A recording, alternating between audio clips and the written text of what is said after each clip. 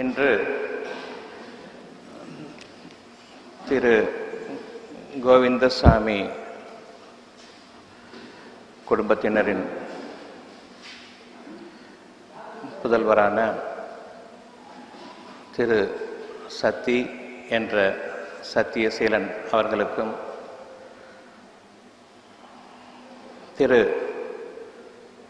முஸ்தபா கமால் அவர்களின் குடும்பத்தினரின் பெண்ணான ஆமினாவுக்கும் இரு குடும்பத்தினரின் சம்மதத்தின் பேரில் இந்த திருமணம் நடக்க இருக்கிறது.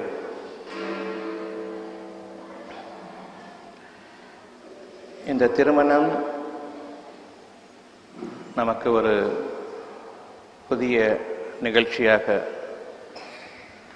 மனதுக்கு தோன்றும். இருந்தாலும் இறைவனுடைய அருளை கொண்டு எது நடக்க வேண்டுமோ அது இறை அருளின் முறைப்படி முதன்முறையாக தமிழக வரலாற்றில் அல்லது இந்திய வரலாற்றிலேயே இது நடைபெற இருக்கிறது.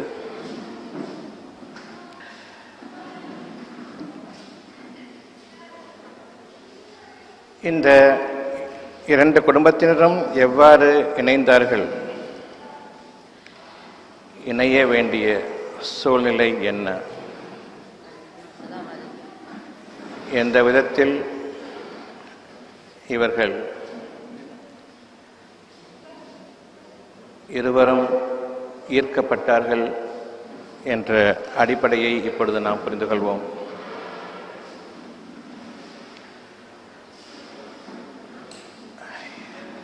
இந்து சமுதாயம், முஸ்லிம் சமுதாயம்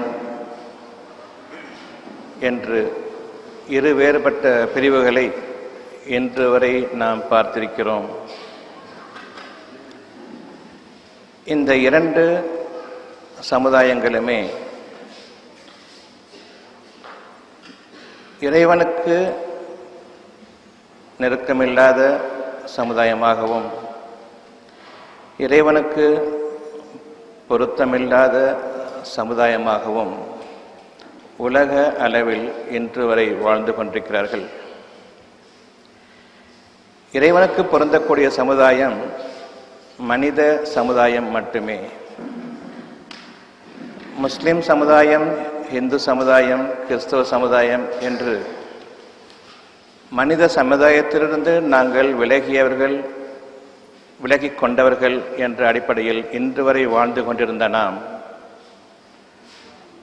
இன்று முதன்முறையாக மனித சமுதாயம் என்ற ஒரு அழகான அமைப்பிற்குள் வருகிறோம். தங்களை தாங்களே முஸ்லிம்கள் என்று கூறிக்கொள்வோர் உண்மையில் அவர்கள் மனித சமுதாயத்தில் இறைவனால் தேர்ந்தெடுக்கப்பட்டவர்கள் அல்ல. யாரை இறைவன் நாடுகிறானோ அவர்களை மனித சமுதாயத்தில் இணைக்கிறான். மனித சமுதாயம் என்பது இரண்டு கூட்டங்களுக்குள் பிளவை ஏற்படுத்தக்கூடிய ஒரு அமைப்பாக இருக்க முடியாது. இரு வேறு சமூகத்தினரிடையே ஒற்றுமையையும் சமாதானத்தையும் யார் ஏற்படுத்துகிறார்களோ அவர்கள் மனித சமுதாயத்தை சார்ந்தவர்கள். நாம் மனித சமுதாயத்தை சார்ந்தவர்களாக இருப்போமேயானால் நமக்குள் ஒற்றுமை இருக்கிறது.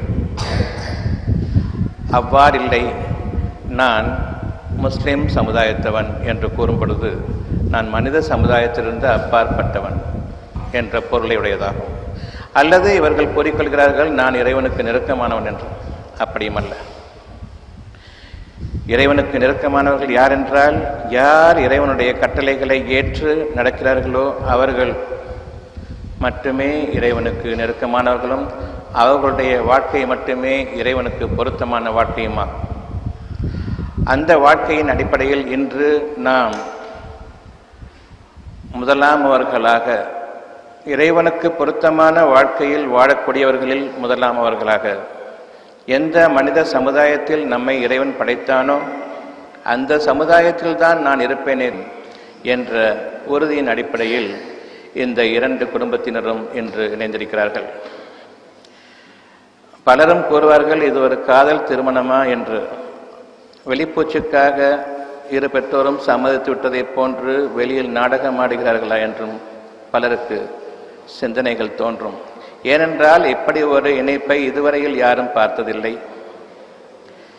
இது இரண்டு குடும்பத்தினரை சார்ந்த பெரியோர்களால், நாம் இந்து சமுதாயத்தை சார்ந்தவர்களும் அல்ல, முஸ்லிம் சமுதாயத்தை சார்ந்தவர்களும் அல்ல, இறைவன் எந்த இயற்கையில் படைத்தானோ அந்த மனித சமுதாயத்தில் நாம் இணைவதுதான் முக்கியம் என்ற அடிப்படையில் இருவரும் இறைவனுக்காக ஒன்று சேர்ந்திருக்கிறார்கள். அதன் விளைவே இந்த திருமணமாகும். சத்தியசீலன் என்ற இந்த பெயருக்கு அரபிச் சொல் சித்தீக் அல்லது அல் ஹக், இந்த இரண்டு அரபி பதங்களை கொண்டது. இதை அரபி சொல்லாக மாற்றினாலும் அதே பொருள்தான், சித்தீக் என்று கூறினாலும் அதே பொருள்தான். சத்தி, சித்தீக் இது ரெண்டும் தமிழும் அரபியுமாக இருந்தாலும் ஒன்று போல தோன்றுகிறதே. சித்தீக் என்று அழைத்தால் என்ன என்ற ஒரு கருத்து நிலவிய போது அவ்வாறில்லை. பெயரில் நீங்கள் மீண்டும் நான் இந்த மதத்தை சார்ந்தவன் என்ற அடிப்படையில் போய்விட வேண்டாம். இது ஷைத்தானுடைய ஒரு தூண்டுதலாக அமையும். நாம் பிறருக்கு ஒரு உதாரணமாக இருக்க வேண்டும் என்ற அந்த அடிப்படையில் நாம் இறங்கியதன் காரணமாக சத்தியசீலனாகவே இருக்கட்டும், அவ்வாறு இருப்பதே இறைவனுக்கு பொருத்தமானது. நாம் இறைவனுக்காக இருக்கிறோமே தவிர பெயருக்காக அல்ல. அவ்விதமே ஆமினா என்ற பெயருக்குரிய பொருள் அமைதியும் பாதுகாப்பும் ஆகும். ஆமினா என்ற அந்த பொருளுடைய அரபிச்சொல்லுடைய பெயர் அமைதி, நிம்மதி, பாதுகாப்பு என்ற இந்த பொருளுடையதாகும். ஆகவே அமைதி ஆனவளும் சத்தியவானுமாகிய இரண்டு இருதயங்கள் இணைகின்றன. இந்த நிலையில் அவர்கள் மனம் புரிந்து கொள்ள இருக்கிறார்கள். மனம் புரிந்து கொள்ளுதல் என்றால் என்ன? பொதுவாக நாம் நினைத்துக் கொண்டிருப்பது ஒருவர் மனதை இன்னொருவர் புரிந்து கொள்வது என்பதாகும். ஆனால் இறைவன் கூறுகிறான், உங்கள் மனதில் என்ன இருக்கிறது என்பதை இறைவனை தவிர வேறு எவரும் அறிய மாட்டார்கள். ஒருவர் மனதை புரிந்து கொள்ள முடியாது. வெளிப்படையாக ஒருவர் வாழ்க்கையை நீங்கள் இந்த வகையை சார்ந்த மனிதர், நல்ல மனிதர் என்று பொதுப்படையான ஒரு கருத்தை கொள்ளலாமே தவிர, நல்ல எண்ணத்தில் ஒரு கருத்தை நீங்கள் கொள்ளலாமே தவிர, இன்னொருவர் மனதில் என்ன இருக்கிறது, எதை இறைவன் மறைத்திருக்கிறானோ அதை இறைவன் அறிவித்தால் தவிர நீங்கள் அறிவதற்கில்லை. இது மனம் புரிந்து கொள்ளுதல் என்ற அந்த ஒரு நிலைக்கு நாம் இறங்குவதற்கு முன்பாக அறிந்து கொள்ள வேண்டிய மிக முக்கியமான அம்சமாகும். எந்த ஒருவரும் மற்றவருடைய மனதை ஒருபோதும் புரிந்து கொள்ள முடியாது. மனம் என்பது மனிதனுடைய கட்டுப்பாட்டில் இல்லை, மாறாக இறைவனுடைய ஆதிக்கத்தில் இருக்கிறது. ஆகவே ஒருவர் மனதை ஒருவர் எந்த அளவில் புரிந்து கொள்ள வேண்டும் என்றால், இறைவன் நாடினால் அங்கு நல்ல மனம் குடியிருக்கும். இறைவன் நாட்டமில்லை என்றால் அந்த மனதில் நல்ல எண்ணங்கள் குடியிருப்பது சாத்தியமில்லை. ஆகவே நாம் ஒருவரை ஒருவர் புரிந்து கொண்டோம். மனிதர்கள் நாம் பலவீனமானவர்கள், மனதால் பலவீனமானவர்கள். எனவே நாம் தவறுவதற்கு நிறைய வாழ்க்கையில் சந்தர்ப்பங்கள், சூழ்நிலைகள் ஏற்படும். ஒவ்வொருவருக்கும் தனித்தனியே முறையே சாதகங்களான சூழ்நிலைகளும் பாதகங்களான சூழ்நிலை ஏற்படும் பொழுது எந்த அளவுக்கு நம்மை இறைவன் நம்முடைய இருதயத்தின் பால் உறுதிப்படுத்தி வைத்திருக்கின்றானோ அந்த அளவுக்கு நாம் நன்மையாளர்களாக நமக்குள் வாழ முடியும். ஆகவே மனிதர்களாகிய நாம் ஒருவரை ஒருவர் இவ்வாறு புரிந்து கொள்வோம். மனம் என்பது நம்முடைய ஆதிக்கத்தில் இல்லை. ஆகவே நாம் இருவரும் இறைவன் பக்கம் திரும்புவோம். நம்முடைய நல்ல மனதுக்காகவும் அந்த மனதின் காரணமாக நம்முடைய வாழ்க்கை நறுமணம் கொண்டதாகவும் மனம் மிக்கதாகவும் ஆகுமே அந்த மன வாழ்க்கையில் நாம் நுழைவோம். மனமிக்க அந்த வாழ்க்கை இறைவன் அனுமதித்தால் தவிர இல்லை. ஆகவே ஒருவர் மனதை ஒருவர் சாடிக்கொள்ள வேண்டாம். அதாவது ஒருவருடைய குணத்தை பற்றி மற்றவர் குறை கூற வேண்டாம். ஒருவர் மனதை ஒருவர் சாடிக்கொள்ள வேண்டாம் என்பதனுடைய பொருள் ஒருவர் குணத்தை பற்றி மற்றவர் குறை கூற வேண்டாம். ஒருவருடைய குணம் என்பது இறைவனுடைய புறத்தில் இருக்கிறது. எப்பொழுது நாம் நம்பிக்கையுடையவர்களாக இறைவனை பொறுப்பேற்றி நாம் நன்மக்களாகவும் நல்ல குடும்பத்தினரை சார்ந்தவர்களாகவும் நமக்கு நல்ல சந்ததிகள் ஏற்பட வேண்டும் என்றும் நாம் விரும்புகிறோமோ அப்பொழுது நிச்சயமாக இறைவன் அந்த ஒரு பிரார்த்தனையை ஏற்றுக்கொள்கிறான். இந்த அடிப்படையில் இந்த இரண்டு மனிதர்களும் மனித சமுதாயத்தை சார்ந்த இந்த இரண்டு இருதயங்களும் இன்று இணைந்திருக்கின்றன.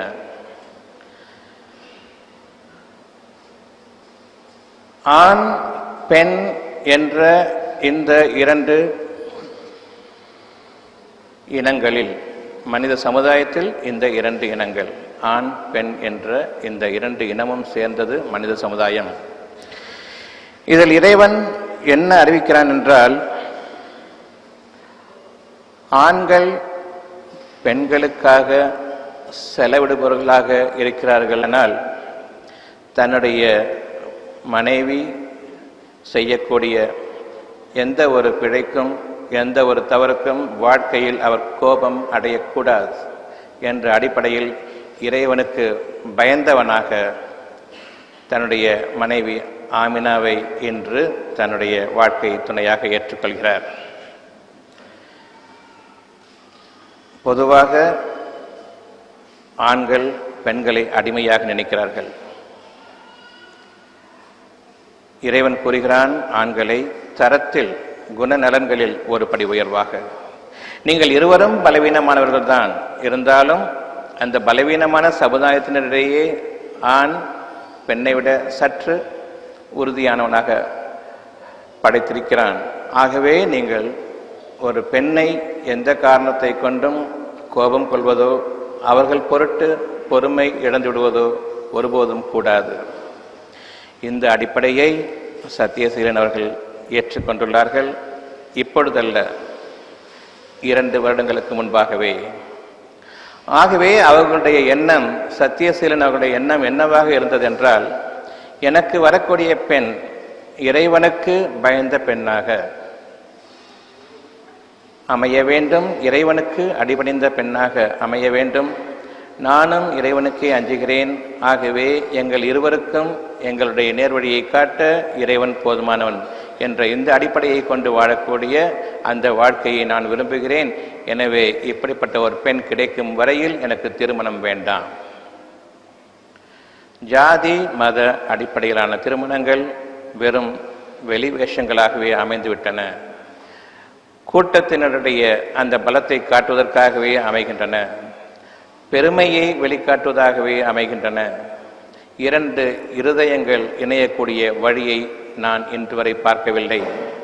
2 இருதயங்கள் இணைய வேண்டுமென்றால் அது இறைவன் அனுமதித்தால் தவிர கிடையாது. ஆகவே நானும் என் மனைவியும் எங்கள் இருவரின் வாழ்க்கைக்காக, இருதயங்களின் நன்மைக்காக, இருதயங்களின் பொறுமைக்காக, இருதயங்களின் அமைதிக்காக இறைவன் பக்கம் திரும்பக்கூடியவர்களாக இருக்க வேண்டும். என்னுடைய பிழைகளை என் மனைவி பெரிதுபடுத்தக்கூடாது. என் மனைவியினுடைய குறைகளை நான் ஒருபோதும் பெரிதுபடுத்த மாட்டேன். இறைவனுக்கு அஞ்சியவனாக என்னுடைய குடும்பத்தில் நான் நிம்மதியையும் அமைதியையும் நிலைநாட்டக்கூடியவனாக இருக்கிறேன். இப்பொழுது இறைவன் கூறுகிறான், நீங்கள் உங்களுடைய பொருள்களிலிருந்து, உங்களுடைய சம்பாத்தியத்திலிருந்து உங்களுடைய குடும்பத்திற்காக நீங்கள் செலவழிக்க கடமைப்பட்டிருக்கிறீர்கள். ஆகவே யார் நம்பிக்கை கொள்கிறார்களோ அவர்களுக்கு அவர்களுடைய வாழ்க்கைக்கு இறைவன் போதுமானவன். இந்த நம்பிக்கையும் அவர்களுக்கு இருக்கிறது. என்னுடைய குடும்பத்திற்காக நான் சம்பாதிப்பேன். என் பொருள்களிலிருந்து நான் தாராளமாகவும் என்னுடைய மனைவியின் நிர்வாகத்திற்காக, குடும்ப நிர்வாகத்திற்காக நான் கொடுப்பேன். அதில் கணக்கும் கேட்க மாட்டேன். என்னுடைய மனைவியானவள் இறைவனுக்கு பயந்து நடக்கும் பொழுது அதிலிருக்கும் பிழைகளையும் அதிலிருக்கும் குறைகளையும் நிவர்த்தி செய்ய என் இறைவன் போதுமானவன். என் குடும்ப நிர்வாகி என்னுடைய மனைவி, நிர்வாகத்திற்கான பொருளாளன் நானாக இருக்க வேண்டும். என் பொருளுக்கு அருளுடைய அந்த இறைவனை நான் என்னுடைய வாழ்க்கைக்காக, பாதுகாப்புக்காக ஏற்றுக்கொண்டேன். ஆகவே என்னுடைய வாழ்க்கையில் அருளுக்கும் குறைவில்லை, பொருளுக்கும் குறைவில்லை. என்னுடைய குடும்பத்தினரின் நன்மைக்கும் எந்த குறையும் இருக்காது.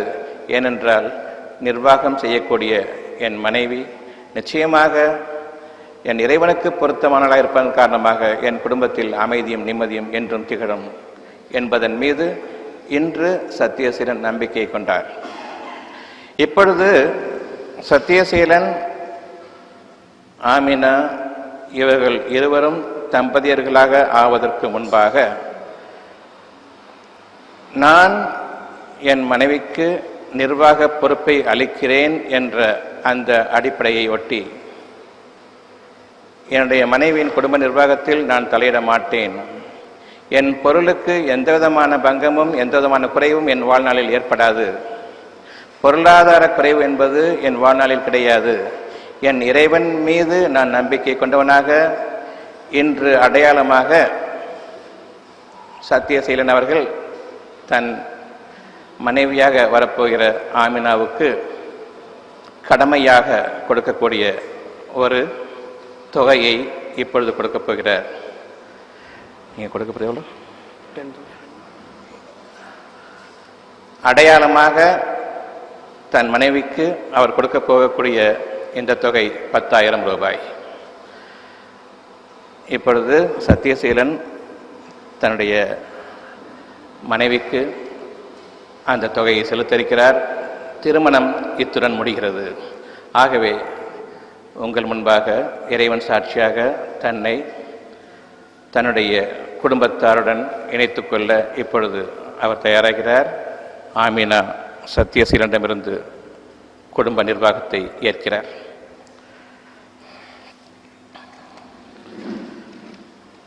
இது திருமணம் முடிந்து விட்டது என்பதை அறிவிக்கிறது. கணவன் மனைவிக்கு தன்னுடைய குடும்பத்தின் நிர்வாக பொறுப்பை ஒப்படைத்து விட்டார். இனி இவரிடம் இருப்பது ஒன்றுமில்லை.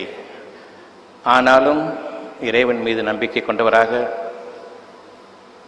இதற்கு மேலும் என்னுடைய குடும்பத்தினருக்கு எந்த விதமான குறையும் இல்லாத அந்த வாழ்க்கையை பொருள் மூலமாக நான் கொடுப்பதற்கு இறைவன் என் மீது அருள் புரிவான். இன்னும் அவனிடமிருந்து அருளையும் நான் அதிகமாக கேட்கிறேன். ஆகவே குடும்ப பொறுப்பை ஒப்படைத்த பிறகு கேள்வி கணக்கு கேட்டுக்கொண்டிருப்பது என்பது இறைவன் மீது நம்பிக்கை இல்லை என்ற அந்த ஒரு நிலையை தோற்றுவிக்கிறது. நீங்கள் அதற்கு சாட்சியாக இருக்கிறீர்கள் என்ற அந்த ஒரு தருணம் அப்பொழுது நிலவுகிறது. எப்பொழுது நீங்கள் கேள்வி கணக்கு கேட்டு ஆரம்பித்து அந்த பெண்ணை துன்புறுத்துகிறீர்களோ அப்பொழுது. எப்பொழுது நாம் கேள்வி கணக்கு கேட்போம் என்றால் நமக்கு கையில் காசு இல்லை, குடும்ப நிர்வாகத்திற்கோ பணம் தேவைப்படுகிறது, இனி என்ன செய்வது என்று நாம் கையை பிசைந்து கொண்டிருக்கக்கூடிய வேளை நாம் கணக்கு கேட்க ஆரம்பிக்கிறோம். இது வாழ்க்கையில் ஒரு சோதனை காலமாகும். உங்களுடைய வாழ்க்கை முழுவதிலும் இறைவன் உங்களுக்காக ஒரு நல்ல உபதேசம் செய்கிறான்.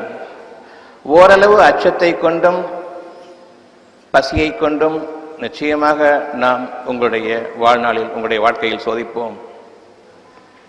ஆகவே அச்சம் கொள்ள வேண்டாம். உங்கள் இறைவன் பக்கம் திரும்புங்கள். மனிதர்களுடைய உதவி இல்லை என்று ஆகிவிடும் பொழுது உங்களுக்கு அச்சம் ஏற்படுகிறது. ஆனால் உங்களுக்கு இறைவன் இருக்கிறான் என்பதன் அடிப்படையில் அந்த அச்சத்திலிருந்து நீங்கள் விலகிக் கொள்ளுங்கள்.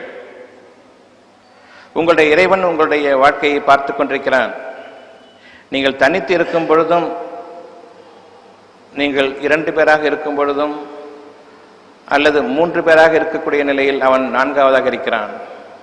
நீங்கள் 5வராக இருக்கும் பொழுது அவன் 6ஆவதாக இருக்கிறான். இன்னும் கூடுதலோ குறைவோ நீங்கள் தனியாக இருப்பினும் அவன் உங்களுடன் இருக்கின்றான். எப்பொழுதும் அவன் உங்களோடு இருக்கிறான். ஆகவே நீங்கள் கவலை கொள்ள வேண்டாம். இந்த அடிப்படையில் இவர்களுடைய இந்த திருமணம் இன்று நடந்திருக்கிறது. இவர்களுடைய வாழ்க்கை மனித சமுதாயத்திற்கு ஒரு உதாரணமாக நிச்சயமாக இறைவன் அமைப்பான் என்ற நம்பிக்கையும் எனக்கு இருக்கிறது. அந்த நம்பிக்கை உங்களுக்கும் இருக்கட்டும். இந்த வாழ்க்கை மனித சமுதாயத்திற்கு ஒரு உதாரணமாக அமையும். கணவன் மனைவிக்கு கொடுக்கக்கூடிய இந்த தொகை ஒரு அடையாளத் தொகைதான், ஒரு டோக்கன். ஆகவே இனியும் இதற்கு மேலாக எந்த குறையும் இல்லாத வாழ்க்கை அவர்கள் இருவரும் வாழ இருக்கிறார்கள். நீங்கள் நம்பிக்கை கொள்ளுங்கள். உங்களை இந்த உலகத்தில் எந்த தேவையும் இல்லாதவனாக ஆக்கி உங்களை சீமான்களாகவும் ஆக்குவான் அந்த இறைவன். உங்களுடையே இருக்கின்றான், வேறு எங்கும் இல்லை. ஆகவே அந்த இறைவனை நீங்கள் உறுதியாக பற்றி கொள்ளுங்கள். உங்களுடைய நம்பிக்கையில், நம்பிக்கை என்பது இருதயம் சம்பந்தப்பட்டது. ஆகவே உங்களுடைய இருதயத்தில் இறைவனை பலமாக பற்றி கொள்ளுங்கள், நம்பிக்கை கொள்ளுங்கள். இந்த நம்பிக்கைக்கு நிச்சயமாக இறைவன் மாறு செய்ய மாட்டான். நம்பிக்கை என்ற அந்த நன்றியை ஏற்பவன் தான் இறைவன். உங்களுடைய தேவைகளில் இறைவன் இருக்கிறான். எனவே நீங்கள் இறைவனை உங்களுடைய தேவைகளுக்காக அவனை தாராளமாக அடையுங்கள். உங்களுடைய தேவைகளுக்கு முழுமையான பதிலை தருபவன் அவன்தான். இறைவன் எங்கிருக்கிறான் என்றால் உங்களுடைய நம்பிக்கையில் இறைவன் இருக்கிறான். உங்களுடைய நம்பிக்கை உங்களுக்கு தேவையாக இருக்கிறது. ஆகவே முதலாவது பிரார்த்தனை நமக்கு என்னவாக இருக்க வேண்டும் என்றால், என் இறைவனே என் நம்பிக்கையை எனக்கு அதிகரிப்பாயாக, உன் மீதுள்ள நம்பிக்கையை எனக்கு அதிகரிப்பாயாக. உன் மீதுள்ள நம்பிக்கையை இறைவனே நீ எனக்கு அதிகரிப்பாயாக என்று கூறும் பொழுது இறைவன் யார் என்றும் நமக்கு தெரிய வேண்டும். எனவே என் இறைவனே உன்னை பற்றி நீ எனக்கு அறிவிப்பாயாக. உன் மீது நீ யார் என்று நான் தெரிந்து கொண்ட நிலையில் உன்னை நம்பிக்கை கொள்ள வேண்டும். எனவே என் நம்பிக்கையையும் அதிகரிப்பாயாக, இன்னும் உன்னை பற்றியும் எனக்கு அதிகமாக அறிவிப்பாயாக. நமக்கு அந்த தகுதி எப்பொழுது ஏற்படுகிறது என்றால், நாம் இந்த உலகத்தின் பொருள்களை இணை வைக்காமல் எனக்கு அப்பா உதவி செய்ய வேண்டும், அம்மா உதவி செய்ய வேண்டும், என்னுடைய உறவினர்கள் உதவி செய்ய வேண்டும், என்னுடைய நண்பர்கள் எனக்கு உதவ வேண்டும், இன்னும் நான் யாருக்கெல்லாம் என்னுடைய முற்காலத்தில் உதவினேனோ அவர்களும் நன்றிக்கரனாக எனக்கு உதவி செய்ய வேண்டும் என்றெல்லாம் இறைவனுக்கு பதிலாக நாம் மனிதர்களை இணை வைத்து அவர்களுடைய உதவியை கொண்டு வாழ வேண்டும் என்று எப்பொழுது நாம் அந்த வாழ்க்கையை மாற்றிக்கொண்டோமோ, இறை நம்பிக்கையுடன் கூடிய வாழ்க்கையை உலக அடிப்படையிலான வாழ்க்கையாக மாற்றிக்கொண்டோமோ, அப்பொழுது நம்முடைய வாழ்க்கை நமக்கு இல்லை என்று ஆகிவிட்டது. பெரும்பாலான மனிதர்களாகிய நாம் இவ்வாறே இணை வைத்தவர்களாக வாழ்ந்து கொண்டிருக்கிறோம். என்னுடைய குடும்பம் எனக்கு உதவி செய்யும், என்னுடைய உறவினர்கள், என்னுடைய நண்பர்கள், அல்லது என்னுடைய தொழில் எனக்கு உதவி செய்யும், அல்லது என்னுடைய சேமிப்பு எனக்கு உதவி செய்யும் என்று பலவாறாக நாம் இறைவனுக்கு பதிலாக அவனை தவிர மற்ற ஒவ்வொன்றின் மீதும் நாம் நம்பிக்கை கொண்டு வாழ்ந்து கொண்டிருக்கிறோம். இது இறைவனுக்கு பதிலாக இந்த உலகத்தினுடைய அடிப்படையை உங்களுக்கு இணையாக ஆக்கிக் கொண்டீர்கள். இணை வைக்காத அந்த வாழ்க்கையின் மீது நாம் திரும்ப இருக்கிறோம். இறைவன் ஒருவன் போதுமானவன் என்ற அந்த அடிப்படையில் நாம் இறங்க வேண்டும். ஆகவே உங்களுக்கு சோதனைகள் நிச்சயமாக ஏற்படும். நீங்கள் இறை நம்பிக்கை கொண்டவர்கள் என்பது உண்மைதானா என்பதை உங்களுக்கு அறிவிப்பதற்காக நான் இறைவனிடம் எவ்வளவோ பிரார்த்தனை செய்தேன், எனக்கு எந்த பிரார்த்தனையும் நிறைவேறவில்லை. ஏன் நிறைவேறவில்லை? உங்களுடைய நம்பிக்கை ஒருபுறம் இருக்க, நீங்கள் இந்த உலகத்தில் எந்த நடைமுறையில் உங்களுடைய வாழ்க்கையை அமைத்துக் கொண்டிருக்கிறீர்கள் என்றால் இணை வைப்பின் அடிப்படையில். ஆகவே இறைவன் எங்கிருக்கிறான் என்பதை நீங்கள் தீர்க்கமாக உணர்ந்து கொள்ளுங்கள். அவன் உங்களுடைய இருதயத்தில் இருக்கின்றான். மிக சமீபமாக இருக்கின்றான். உங்களுடைய நம்பிக்கை தான் உங்களுடைய வாழ்க்கை. உங்களுடைய வாழ்க்கை உங்களுக்கு நெருக்கமானதாக இருக்குமானால் அந்த வாழ்க்கையை விட சமீபமானது உங்களுடைய நம்பிக்கையாகும். நம்பிக்கை இல்லை என்றால் உங்களுடைய வாழ்க்கை அஸ்தமித்துவிடும். அந்த நம்பிக்கை இருதயத்தின் அடிப்படையில் தானே தவிர வெளிப்புற சடங்குகளின் அடிப்படையினால் அல்ல. இருதயத்தில் நீங்கள் கொள்ளக்கூடிய நம்பிக்கை உங்களுடைய வாழ்க்கையை அது உறுதியாக்கி வைக்கிறது. ஆகவே நம்பிக்கை, இறை நம்பிக்கை என்பது உங்களுடைய வாழ்க்கையை விட உங்களுக்கு நெருக்கமானதாகும். அவ்வளவு சமீபமாக உங்களுடைய இறைவன் உங்களுடன் இருக்கிறான். எனவே நீங்கள் நம்பிக்கை இழக்க வேண்டாம். சமீபமாக இருக்கும் இறைவனை நாம் அறிய தவறிவிட வேண்டாம். அவ்விதம் அறிய நமக்கு நிச்சயமாக முடியவில்லை. நம்முடைய கற்பனைகளுக்கு எட்டாததாக இருக்கிறது. அதை எப்படி அறிவது என்று தெரியவில்லை என்றால் அதற்கும் நீங்கள் இறைவன் பக்கமே திரும்புங்கள். உங்களுடைய நம்பிக்கையை உங்களுக்கு கொடுத்தது உங்களுடைய இறைவன் தான். ஏனென்றால் அந்த நம்பிக்கை வேண்டும் என்று நமக்குள் நாம் எவ்வளவுதான் விரும்பினாலும் சந்தேகம் என்ற அந்த ஒன்று நம்பிக்கையை தகர்த்துடுகிறது. நாளைய வாழ்க்கை எனக்கு நன்மையாக அமையும் என்று நாம் விரும்புகிறோம். அமையும். முதலில் நமக்கு இறைவன் அறிவிப்பது அமைய வேண்டும். நாம் இரண்டாவதாக நம்முடைய கேள்வியை கேட்கிறோம், அமையுமா, இதுவும் சாத்தியம் ஆகுமா என்ற அடிப்படையில் நம்முடைய கேள்வியை அமைக்கிறோம். இங்குதான் நம்முடைய துரதிருஷ்டம் ஆரம்பமாகிறது. முதன்முறையாக இறைவன் உங்களுக்கு அறிவிப்பதோ நம்பிக்கை கொள்ளுங்கள், நாளை நன்மையாக இருக்கும். இருந்தாலும் இந்த உலகத்தினுடைய அடிப்படையை ஒட்டிய வாழ்க்கையை வாழ்ந்து கொண்டிருப்பதன் காரணமாக இது சாத்தியமாகுமா? நமக்கு எந்த வழியும் தோன்றவில்லையே, எல்லா வழிகளும் அடைபட்டு விட்டனவே, இதற்கப்பால் நமக்கு ஒரு நல்ல வாழ்க்கை இருக்கிறது என்று நாம் எவ்விதம் நம்புவது? அந்த நம்பிக்கை நம்புவது, நம்பலாமா, நம்புவது சரிதானா, நம்பிக்கை கொள்வதன் காரணமாக எதுவும் நிறைவேறிவிடுமா, இது சாத்தியமா என்ற கேள்விகளெல்லாம் நம்பிக்கை என்ற அந்த ஒரு வார்த்தை இறைவன் கொடுத்த பிறகு ஏற்படுவதுதான். அந்த நம்பிக்கை மட்டும் உங்களுக்கு இல்லை என்றால் நம்பிக்கை என்ற அந்த வார்த்தையை நாம் மறந்திருப்போம். நம்பிக்கை மனதில் இருக்கிறது வேண்டும் என்று, அது ஒன்றுதான் வாழ்க்கை என்று நமக்கு தெரிகிறது. இருந்தாலும் நாம் அவநம்பிக்கை கொள்ள ஆரம்பிக்கிறோம். இதன் காரணம் நம்முடைய அறிவை நாம் நம்புவதாகும். இறைவன் உங்களுக்காக ஒரு நன்மையை நாடிவிட்டால் அதை நீங்கள் அறிய மாட்டீர்கள். நீங்கள் அறியா புறத்திலிருந்து அது உங்களுக்கு வரும். ஆகவே எவரும் அதை தடுத்துவிடவும் முடியாது, அதற்கு தடை ஏற்படுத்திவிடவும் முடியாது. ஆகவே நீங்கள் அறியாத புறத்திலிருந்து உங்களுக்கு அவன் நன்மையை அருள்வானே, அந்த நன்மைக்காக நீங்கள் நம்பிக்கை கொள்ளுங்கள். நம்பிக்கை என்ற அந்த ஒரு வார்த்தையை இறைவன் உங்களுக்கு கற்பித்தானே தவிர அதை நீங்கள் மறுப்பவர்களாக இருக்கிறீர்களே தவிர, மறுப்பவர்களாக இருக்கிற நிலையில் அது ஒன்றுமே இல்லை என்ற அளவுக்கு நாம் நம்பிக்கை இழந்துவிடக்கூடியவர்களாக, அந்த பலகீனமாக இருக்கக்கூடிய நிலையில் நம்பிக்கை என்ற ஒரு வார்த்தை அதை நாம் அறியாதவர்களாகவே ஆகியிருந்திருப்போம். இறைவன் மட்டும் அந்த நம்பிக்கையை நம்முடைய இருதயத்தில் ஊட்டவில்லை என்றால் நாம் நம்பிக்கையை நிராகரிப்பவர்கள், நம்பிக்கை கொண்ட மனிதர்களை நாம் ஏளனம் செய்பவர்கள். இல்லாத நேரத்தில் நான் சீமானாக ஆகுவேன் என்று கூறும்பொழுது நாம் அவனை பார்த்து சிரிப்போம், அவனை நாம் எள்ளி நகையாடுவோம், பரிகசிப்போம். அப்படிப்பட்ட இருதயத்தை கொண்ட நாம் நம்பிக்கை என்ற அந்த ஒரு வார்த்தையை என்றோ மறந்துவிட்டிருப்போம். இறைவனுடைய அருள் மட்டும் இல்லாதிருந்தால் அந்த நம்பிக்கை என்ற வார்த்தையை நாம் நம்முடைய அகராதில் இல்லாமலாக்கியிருப்போம். வாழ்க்கையில் அப்படி ஒன்று இல்லை என்ற அளவுக்கு ஆகியிருக்கும். இருந்தாலும் நம் அனைவருக்கும் தெரிந்த ஒன்று, நம்பிக்கையில் தான் வாழ்க்கை. எந்த நம்பிக்கையில்? பெரும்பாலும் மனிதர்கள் நினைத்துக் கொண்டிருக்கிறார்கள் தன்னுடைய அறிவின் நம்பிக்கையில், தன்னுடைய முயற்சி தனக்கு திருவினையாக்கும், தன்னுடைய முயற்சி தான் விரும்பியதை தனக்கு கொண்டு வந்து சேர்க்கும் என்ற நம்பிக்கையில். அவ்வாறல்ல. அந்த நம்பிக்கையில் பெரும் தோல்வி அடையும் பொழுது நீங்கள் நம்பிக்கை கொள்ளுங்கள். இப்பொழுது அதன் மீது நம்பிக்கை கொள்வீர்கள். யாரொருவரும் தங்களுடைய பெரு வாழ்க்கையிலிருந்து வீழ்ச்சி அடைந்து விட்டால் பிற மனிதர்கள் கூறுவார்கள், நம்பிக்கையோடு இருங்கள், காலம் மாறிவிடும், நம்பிக்கையோடு இருங்கள், எதுவும் நிகழாது, எல்லாம் சரியாகிவிடும். இந்த நம்பிக்கை என்ற வார்த்தை எங்கிருந்து வந்தது? இதுவரையில் நீங்கள் உங்களுடைய அறிவை நம்பியிருந்தீர்கள்.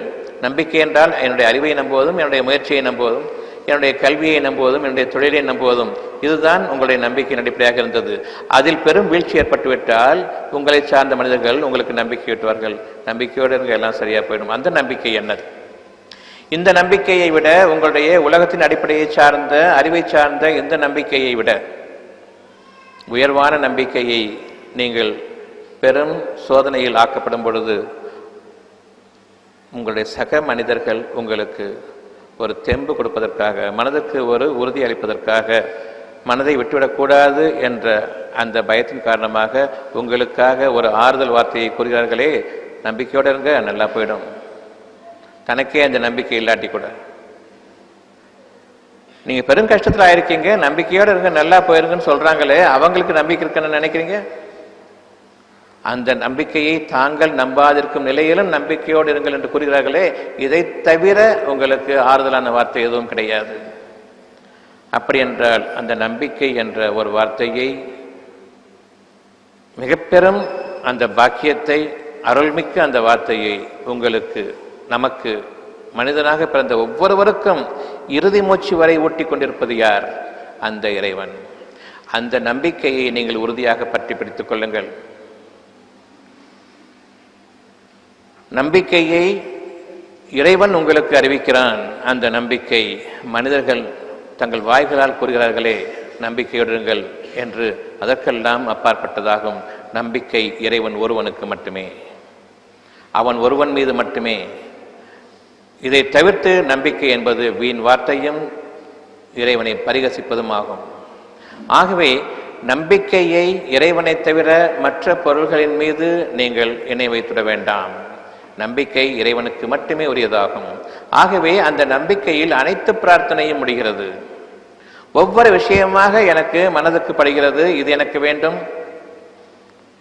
இன்னொரு சமயத்தில் இது எனக்கு இருந்தால் நன்றாக இருக்கும், மற்றொரு சமயத்தில் நான் மேன்மையான நிலையை அடைவேன், எனக்கு எந்த குறையும் என் வாழ்நாளில் ஏற்படாது, வாழ்க்கையில் குறைவு என்ற அந்த பேச்சுக்கு இடம் இருக்கக்கூடாது. இதெல்லாம் உங்களுடைய இறைவன் உங்களுக்கு அறிவிப்பதாகும். ஆனால் உங்களுடைய உலக வாழ்க்கையின் விதிப்படி, உங்களுடைய அறிவின் விதிப்படி இதெல்லாம் சாத்தியமே இல்லை. வாழ்க்கை என்றால் கஷ்டத்துடன் வாழ வேண்டும் என்ற அந்த ஒன்றை மட்டும்தான் நீங்கள் நம்புவீர்களே தவிர, வாழ்க்கையில் கஷ்டமே இல்லாமல் நிம்மதியும் அமைதியும் கொண்ட அந்த பெருவாழ்க்கை நமக்கு இருக்கிறது என்பதை நாம் ஒருவரும் நம்ப மாட்டோம். ஆனாலும் அந்த விருப்பம் இருக்கிறது. எனவே நம்பிக்கை என்பதை நீங்கள் கொள்ள மாட்டீர்கள், ஆனால் நம்பிக்கை இருக்கிறது. உங்களுக்கு நன்மைகள் மட்டுமே வேண்டும் என்பதை நீங்கள் விரும்பினாலும் நம்ப மாட்டீர்கள், ஆனால் அந்த விருப்பம் இருக்கிறது. இப்பொழுது நம்பிக்கை எதன் மீது இருக்க வேண்டும்? உங்களுடைய விருப்பங்களின் மீது இருக்க வேண்டும். உங்களுடைய அறிவை கொண்டு நீங்கள் எப்பொழுது அந்த நம்பிக்கையை இல்லை என்று அல்லது சந்தேகத்தை கொண்டு நீங்கள் ஆக்கிக் கொண்டீர்களோ, நீங்கள் நஷ்டவாளிகள் என்பதை நீங்கள் தெளிவாக உணர்ந்து கொள்ளுங்கள். நம்பிக்கை என்ற அந்த வார்த்தை இறைவன் நமக்கு அளிப்பதை தவிர நீங்கள் அதை ஏற்படுத்தி கொண்டவர்கள் இல்லை. விருப்பம் என்பது இறைவன் உங்களுக்கு ஏற்படுத்துகிறானே தவிர அதை நீங்கள் ஏற்படுத்துவதில்லை. நீங்கள் விருப்பை வெறுப்பாக ஆக்கிக் கொள்வீர்கள். நம்பிக்கையை அவநம்பிக்கையாகவும் சந்தேகத்துக்கும் உரியதாக நீங்கள் ஆக்கிக் கொள்வீர்கள். அப்படி உங்களுடைய பலவீனம் இருக்கும் பொழுது இந்த இரண்டையும் நீங்கள் உருவாக்கவில்லை, படைப்பாளன் உங்களுடைய இருதயத்தில் உருவாக்கியிருக்கிறான். நம்பிக்கை ஒன்று மட்டும் நீங்கள் உங்களுடைய விருப்பங்களின் மீது கொள்ளுங்கள். நம்பிக்கையையும் நான் உங்களுக்கு கற்பித்ததுதான், உங்களுடைய விருப்பத்தையும் நான் கற்பித்துக் கொடுத்ததுதான். இந்த இரண்டையும் ஒரு சேர நான் உங்களுடைய இருதயத்தில் கற்பித்துக் கொடுத்திருக்கின்றேன். ஆகவே இந்த இரண்டையும் நீங்கள் உறுதியாக பற்றி பிடித்துக் கொள்ளுங்கள். உங்களுடைய விருப்பங்களையும் அதன் மீது நீங்கள் கொள்ள வேண்டிய நம்பிக்கையையும்.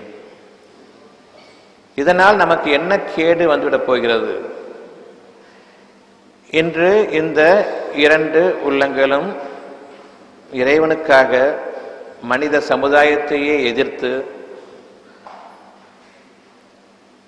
பிளவுபட்டுவிட்ட, ஒருவருக்கொருவர் விரோதமாகவும் குரோதமாகவும் நயவஞ்சகமாக வாழ்ந்து கொண்டிருக்கூடிய இந்த சமுதாயத்தை எதிர்த்து இந்த இரண்டு குடும்பத்தை சார்ந்தவர்களும் தங்களுடைய உறவினர்கள் அவ்வளவு பேரையும் இறைவனுக்காக சற்றே விலக்கிவிட்டு ஒன்றிணைத்தார்களே இந்த தம்பதியினரை, அவர்களுடைய செயலை இறைவன் நிச்சயமாக வீணாக்கிட மாட்டான். அவர்களுடைய செயல்கள் பலன் இல்லாமல் போகாது. இவர்களும் நம்பிக்கை கொண்ட சமுதாயத்தினராய், இவர்களுடைய சந்ததியினரும் தழைத்து ஓங்குபவர்களாக, எந்த இரண்டு குடும்பங்களுடைய அங்கத்தினர்கள் இதற்கு ஒத்துழைத்தார்களோ அவர்களுக்கும் எந்த குறைவும் இல்லாத வாழ்க்கையை இறைவன் இன்று அவர்களுக்காக அனுமதித்து விட்டான். இது மிக பெரும் இறை அருட்கொடையாகும். இந்த இரண்டு குடும்பத்தை சார்ந்தவர்களுடைய நிலை மிக மேலானதாக அமையும். அவர்களுடைய இறைவனுக்காக செய்த இந்த காரியத்தை நிச்சயமாக அவன் பலன் இல்லாமல் ஆக்க மாட்டான். இது மனித சமுதாயத்திற்கு ஒரு சாட்சியமாகவும் இறைவன் அமைத்து தருவான். ஆகவே நம்பிக்கை கொண்ட மக்களாகிய நாம் நம்முடைய இறைவனை நமக்கு நெருக்கமாக உணர வேண்டும். நம்முடைய விருப்பம் எந்த அளவுக்கு நமக்கு நெருக்கமோ அந்த அளவுக்கு நெருக்கமாக நாம் உணர வேண்டும். நம்முடைய நம்பிக்கை அதன் மீது விருப்பத்துடன் பிரிக்க முடியாதபடி அந்த நம்பிக்கை விருப்பத்துடன் ஒன்றிணைந்துவிட வேண்டும். இனி உங்களுக்கு வாழ்க்கையில் கவலையோ பயமோ கிடையாது. சந்தேகம் என்ற ஒன்று வரும்பொழுது நீங்கள் இறைவன் பக்கம் திரும்புங்கள். அந்த சந்தேகத்தில் நீங்கள் மதிமயங்கிறவர்களாக உங்களுடைய வாழ்க்கையில் நீங்கள் தவறு விடக்கூடிய அந்த நிலை ஏற்படும் பொழுது திடீரென நீங்கள் விழிப்படைவீர்களானால் இறைவனிடம் பாவ மன்னிப்பு கேட்டுவிடுங்கள். அந்த நிமிடமே நம்பிக்கையை விட்டும் விருப்பங்களை விட்டும் உலகத்தின் அடிப்படையில் உங்களுடைய எண்ணங்கள் தவறி வேறு திசைக்கு போய்விட்டதே, அந்த திசையிலிருந்தும் உங்களை பாதுகாப்பான். அதன் தீமைகளிலிருந்தும் இறைவன் உங்களை பாதுகாப்பான். அந்த தீமைகளை நீங்கள் எவ்வளவுதான் முயற்சி கொண்டு பல காலங்களை கடந்துவிட்டாலும் சரி, அவ்வளவையும் அவன் உங்களுக்காக நிவர்த்தி செய்து உங்களுடைய தீமைகளை உங்களை விட்டும் நீக்கி அதற்கு பிரதிபலனாக நீங்கள் செய்து கொண்டிருந்ததை விட அழகிய கூலியை கொண்டு கொடுப்பான். இவ்வளவுக்கு நெருக்கமாக இருக்கக்கூடிய உங்களுடைய இறைவனிடம் நீங்கள் பிரார்த்தித்தால் என் இறைவனே, நம்பிக்கையையும் நீ அளித்த விருப்பத்தையும் என்னை விட்டும் நீங்கும்படி செய்து விடாதே. நானும் இந்த விருப்பங்களையும் நம்பிக்கையையும் பற்றி பராமுகமாக ஆகிவிட்டவர்களில் ஆகிவிடாமல் நீ எங்களை பாதுகாத்துக் கொள்வாயாக என்ற இந்த அடிப்படையை உங்களுடைய பிரார்த்தனையின் அடிப்படையாக அமைத்துக் கொள்ளுங்கள். இதைத் தொடர்ந்து என் இறைவனே, பொறுமையையும் நீ எனக்கு தந்தல்வாயாக. மனிதர்களின் தீமைகளை விட்டும் நீ எங்களை பாதுகாத்துக் கொள்வாயாக. ஏனென்றால் உங்களுடைய பொறுமைக்குரிய காலங்களில் இந்த மனிதர்கள் தான் உங்களை வழிகெடுப்பவர்கள். உலகத்தின் அடிப்படையை ஒட்டி நீங்கள் பிரிந்துவிட வேண்டும், இறைவனை விட்டும் பிரிந்துவிட வேண்டும். மனிதர்களாகிய நாங்கள் சொல்லக்கூடிய எங்களுடைய வழிமுறைகளில் நீங்கள் உதவியை தேடிக்கொள்ளுங்கள், உங்களுடைய வாழ்க்கையை அமைத்துக் கொள்ளுங்கள் என்று பலவாறாக உங்களை அவர்கள் நிந்தனை செய்வார்கள். இப்பொழுதே நீங்கள் அந்த நிந்தனையிலிருந்து உங்களை பாதுகாத்துக் கொள்ள இறைவன் பக்கம் திரும்புங்கள். அப்படி ஒரு சூழ்நிலை ஏற்படுவதற்கு முன்பாகவே நாம் இறைவன் பக்கம் திரும்புவோம். நம் இறைவன் நம்மை பாதுகாத்துக் கொள்ள போதுமானவன் என்ற அந்த அடிப்படையில் இங்கு இருக்கக்கூடிய இந்த தம்பதியர் சத்தியசீலன், ஆமினா ஆகிய இந்த இரண்டு உள்ளங்களும் இறைவனை ஏற்றுக்கொண்டன. இவர்கள் இருவரும் கணவன் மனைவியை பற்றியோ மனைவி கணவனை பற்றியோ எந்த விதத்திலும் எக்காலத்திலும் குறை சொல்ல மாட்டார்கள். ஒருவரை ஒருவர் குறை சொல்ல மாட்டார்கள். ஏனென்றால் இவர்கள் இருவரும் அறிந்தவர்கள், இறைவன் அனுமதித்தால் தவிர நன்மைகள் இல்லை. ஆகவே கணவன் மனைவி மீதோ மனைவி கணவன் மீதோ குறையை காண்பாராயின் இறைவனிடம் பாதுகாப்பு தேடிக்கொள்ளுங்கள். பாவ மன்னிப்புக்காக இறைவன் பக்கம் திரும்புங்கள். நீங்கள் ஒருவருக்கொருவர் கருணையாளர்களாக இருந்து கொள்ளுங்கள். நாம் விரும்பி ஒரு தீமையை செய்வதில்லை. நம்முடைய நம்பிக்கையின் போதாத்தன்மை, நம் போதாக்காலம் தவறுகளின் பக்கம் நாம் சாய்ந்திருக்கிறோம். இதை சுட்டி காட்டுவதோ குறை காண்பதோ இனி நமக்கு கூடாது. இறைவனுடைய கட்டளையை ஏற்று நாம் பொறுமையை மேற்கொள்வோம். யார் இறைவன் மீது நம்பிக்கை கொண்டு பொறுமையாளர்களாகவும் இருக்கிறார்களோ அவர்களுடைய சந்ததிகளையும் அவர்களுடைய வாழ்க்கையையும் பாதுகாத்துக் கொள்ள இறைவன் நிச்சயமாக போதுமானவன். இதனை தனக்கு இவர்கள் காட்டக்கூடிய நன்றியாகவே இறைவன் ஏற்றுக்கொள்கின்றான். இறைவன் இவர்களுக்கு அளித்திருக்கக்கூடிய நம்பிக்கையை இவர்கள் பாதுகாத்துக் கொண்ட காரணமாக நிச்சயமாக இவர்கள் இறைவனுக்கு நன்றி செலுத்துபவர்கள், இறைவனை கண்ணியப்படுத்தியவர்கள்.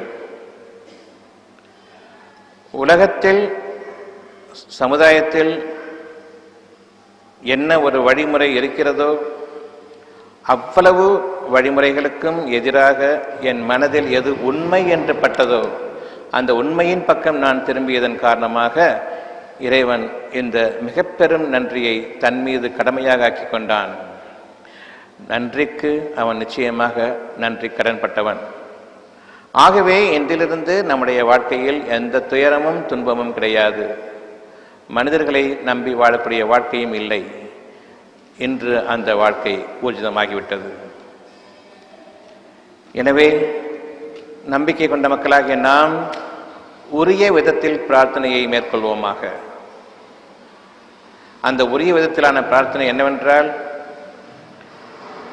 என் இறைவன் எனக்கு ஏற்படுத்திய விருப்பம் மனிதர்களால் நிச்சயமாக இதை நிறைவேற்ற சாத்தியம் இல்லை என்பதை நான் முதலில் ஏற்றுக்கொள்கிறேன்.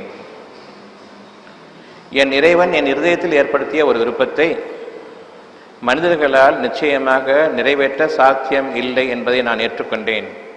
இதற்குரிய ஒரு சிறு உதாரணம், எந்த விருப்பமாக இருந்தாலும் அது அப்பொழுதே நிறைவேற வேண்டும் என்று நாம் விரும்புவோம். காலம் தாழ்த்தி எனக்கு வேண்டும் என்று ஒருபோதும் நாம் விரும்ப மாட்டோம். ஒரு விருப்பம் என்று ஏற்பட்டுவிட்டால் எவ்வளவு சீக்கிரம் எனக்கு வருமோ அந்த அளவுக்கு சீக்கிரம் எனக்கு வேண்டும். விரும்பிய அதே தருணத்தில் அந்த விருப்பம் எனக்கு இருக்க வேண்டும் என்று நாம் விரும்புவோம். இதுதான் விருப்பமாகும். நாளைக்கு நிகழ்த்தும் என்பது விருப்பம் அல்ல. இந்த வகையில் மனிதர்களுடைய அறிவு உங்களுக்கு பொருந்துமா என்பதை நினைத்து பாருங்கள். இப்பொழுது எனக்குரிய ஒரு விருப்பம், இங்கு மீட்டிங் முடிந்ததும் நான் சென்னையில் இருக்க வேண்டும். ராத்திரி பூரா ரயிலில் ஓடி ஓடி ஓடி களைச்சி போய் நாளை காலையில் போய் சேர்றது கிடையாது. ஒரு இடத்துக்கு போக வேண்டும் என்றால் சீக்கிரமாக போக வேண்டும் என்று விரும்புவீர்களா, அல்லது இடையில் தடங்கள் ஏற்பட்டுவிட்டால் உங்களுக்கு எரிச்சல் ஏற்படுமா? ட்ரெயின் 8 மணிக்கு வரணும், அங்கே காலையில் 4 மணிக்கு போய் சேரணும். ட்ரெயின் 11 மணிக்கு வருது, எரிச்சல் வருமா வராதா? ட்ரெயினில் ஏறியாச்சு, ஒவ்வொரு இடமா நின்று போகிறாங்க, 8 மணியாச்சு போய் சேரல, எரிச்சல் வருமா வராதா? ஏன்? நினைத்தது அங்கு நடக்கவில்லை. கால தாமதமாகிறது, நிறைவேறி கொண்டிருக்கிறது, ஆனாலும் கால தாமதமாகி கொண்டிருக்கிறது. உங்களுடைய அறிவின் காரணமாக. உங்களுடைய அறிவின் எல்லை அதுவரையில் தான். உங்களுக்கு விரும்பியதை அது உங்களுக்கு கொடுக்க முடியாது. ஆனால் இன்று நான் ஆசைப்படுகிறேன், இப்பொழுது நான் இந்த மீட்டிங் முடித்ததும் சென்னையில் இருக்க வேண்டும். மனிதனுடைய அறிவை கொண்டு இது சாத்தியமாகுமா? ஆகவே நம்புங்கள். ஆனாலும் நடந்தால் நன்றாக இருக்கும் தானே? நன்றாக இருக்கும். இதில் எது நல்லதோ அதை நம்புங்கள். பிரிதொன்றை நீங்கள் நம்புவதும் சரி, நம்பாமல் இருப்பதும் சரி, இரண்டும் ஒன்றையாகும். ஆகவே நம்பிக்கை கொள்வது என்பது இறைவனின் தகுதிக்கேற்ப உங்களுடைய நம்பிக்கையை நீங்கள் மேற்கொள்ளுங்கள். உங்களுடைய தகுதிக்கு முடியுமானால் பின்னர் நான் அதை நம்புகிறேன் என்பது நீங்கள் உங்களுடைய அறிவை இறைவனுடைய ஞானங்களுக்கு இணை வைக்கிறீர்கள் என்பதாகும். எனவே நம்பிக்கை என்பது மனிதர்களால் எது சாத்தியமில்லையோ அதை நம்புவதாகும். மனிதர்களால் எது சாத்தியமில்லையோ அது இறைவன் உங்களுக்கு அறிவிப்பதாகும். ஒவ்வொரு விருப்பமும் அப்பொழுதே நிறைவேற வேண்டும் என்பது ஒவ்வொரு மனிதனுடைய இருதயத்தில் அவன் வைத்திருக்கக்கூடிய ஒரு இறைவனுடைய ஒரு கிருபையாகும், ஒரு அருட்கொடையாகும். காலதாமதம் நிச்சயமாக எனக்கு பிடிக்காது. ஆகவே நம்பிக்கை கொள்ளுங்கள். எதன் மீது நம்பிக்கை கொள்ள வேண்டுமோ அதன் மீது நம்பிக்கை கொள்ளுங்கள். உங்களுடைய வீணான உலகத்தினுடைய அடிப்படையிலான ஆசைகளின் மீது நம்பிக்கை கொள்ள வேண்டாம். இறைவனுடைய தகுதிக்கேற்ப அந்த நம்பிக்கையை மேன்மைப்படுத்துங்கள். அந்த நிமிடம் கண்ணிமைக்கும் நேரத்தில் அந்த வேலை, கண்ணிமைக்கும் நேரத்தில் அந்த வேலை உங்களுக்காக நிறைவேற வேண்டும். இது இறை கட்டளையாக இருக்கிறது. ஆகவே நம்மில் இதன் மீது நம்பிக்கை கொள்வோர் யார்?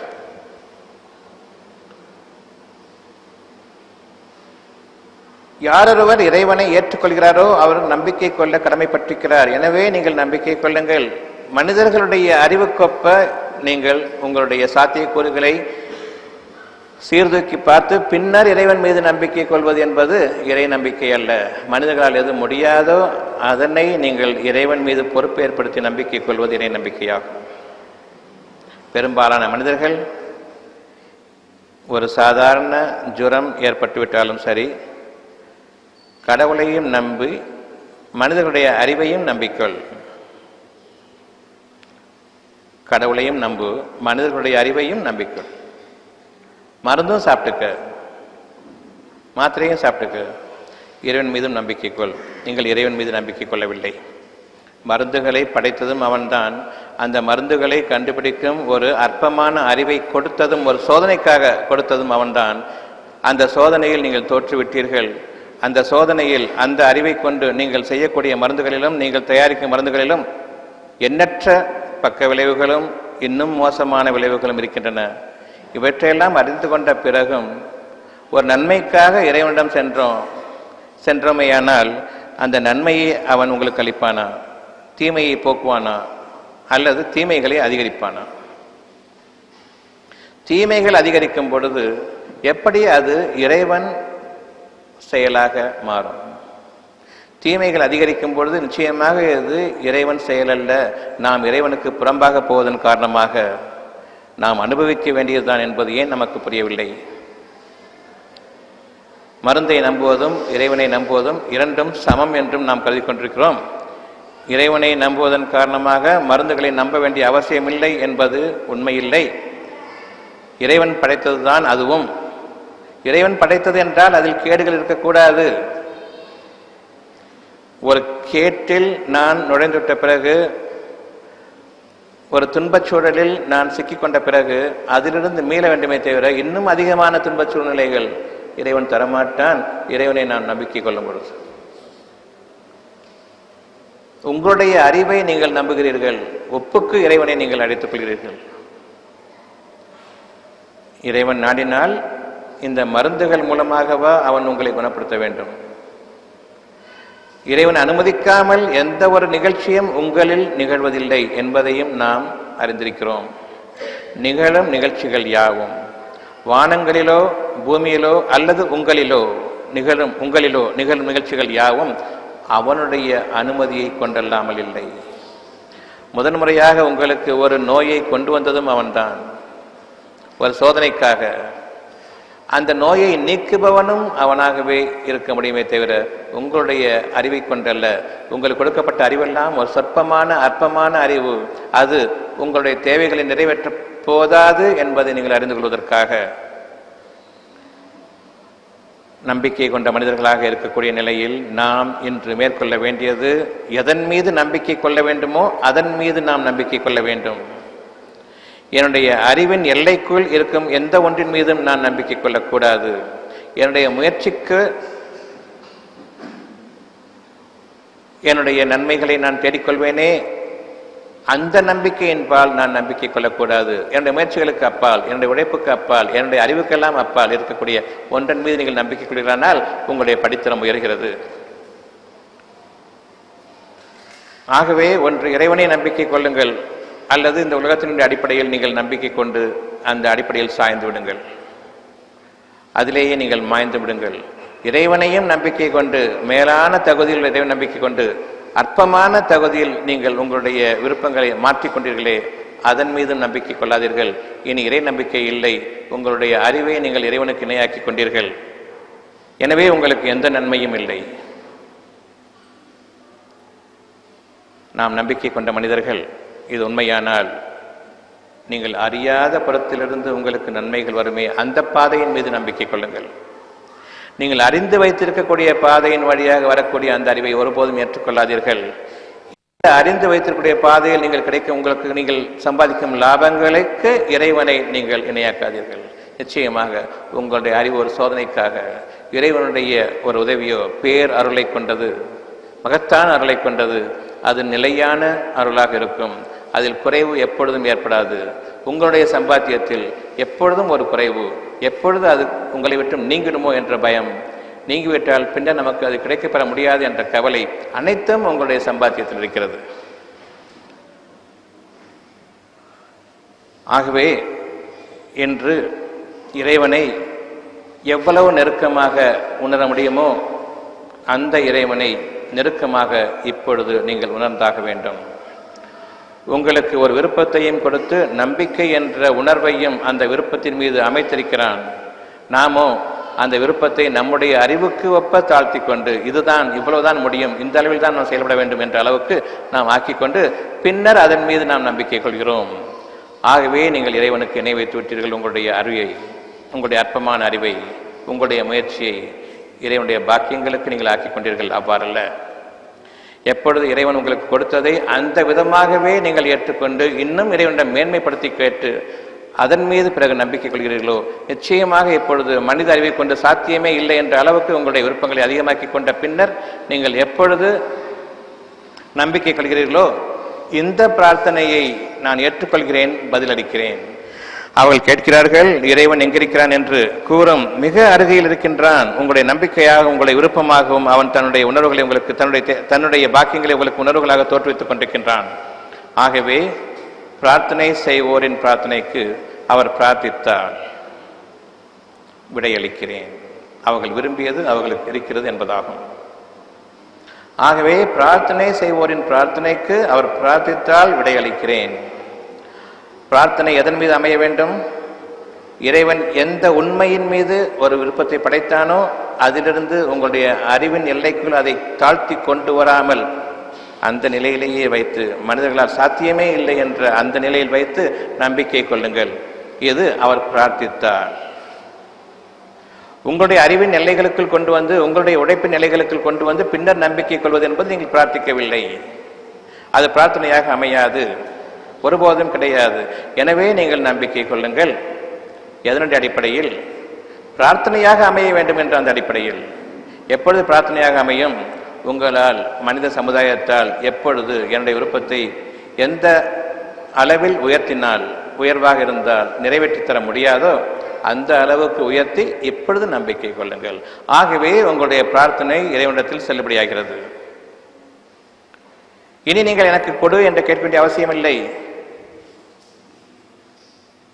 நம்பிக்கை ஒன்றுதான் பிரார்த்தனையின் அடிப்படை. இறைவன் அளித்த விருப்பத்தில் நம்பிக்கை கொள்வது மட்டுமே பிரார்த்தனை. ஆகவே அவர்கள் நம்பிக்கை கொண்டால் அந்த நம்பிக்கைக்கு நான் விடையளிக்கிறேன்.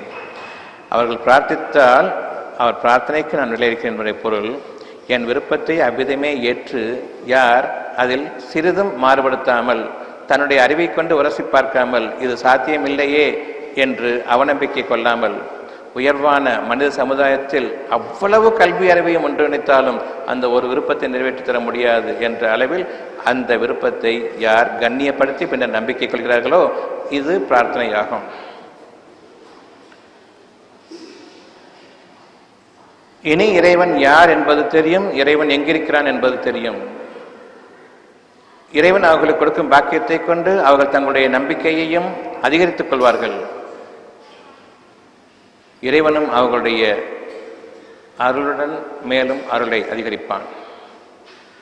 அவர்களுடைய பாக்கியங்களுடன் இன்னும் பாக்கியங்களை அதிகரிப்பான். அப்படிப்பட்ட வாழ்க்கையில் நீங்கள் நுழையுங்கள்.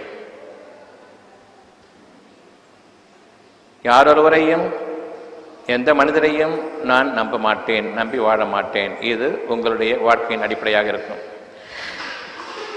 ஆகவே சத்தியசீலன் தன்னுடைய மனைவியின் உதவியை நாடி ஒருபோதும் வாழ மாட்டார். ஆமினாவோ தன்னுடைய கணவனின் உதவியை நாடி ஒருபோதும் வாழ மாட்டார். இருவரும் இறைவன் பக்கமே திரும்புவார்கள். ஆகவே ஒருவரை ஒருவர் பிற்கால வாழ்க்கையில் குற்றம் குறைகள் சுமத்துவது நிச்சயமாக இருக்காது, இருக்கவும் முடியாது என்று அவர்களுடைய பிரார்த்தனை. நான் என் மனைவியுடைய உதவியை நாடமாட்டேன், மனைவி கணவனுடைய உதவியை நாடமாட்டால் இருவரும் இறைவனுடைய உதவியை மட்டுமே நாடுகிறார்கள். இது மனித சமுதாயத்தில் நாம் பார்க்காதது. இந்த நம்பிக்கை கொண்ட இருவரும் இதை ஏற்றுக்கொண்டார்கள். ஆகவே இதை அவர்கள் இப்பொழுது ஏற்றுக்கொள்வார்களேயானால் இறைவனும் ஏற்றுக்கொண்டான். அவர்களுடைய வாழ்க்கையை தன் பக்கம், தன்னுடைய பாதுகாப்பிலும் அமைதியிலும் ஏற்றுக்கொண்டான். ஆகவே எந்த ஒரு மனிதனுடைய உதவியும் இனி அவர்களுக்கு தேவையில்லை. இறைவன் ஒருவன் போதுமானவன்.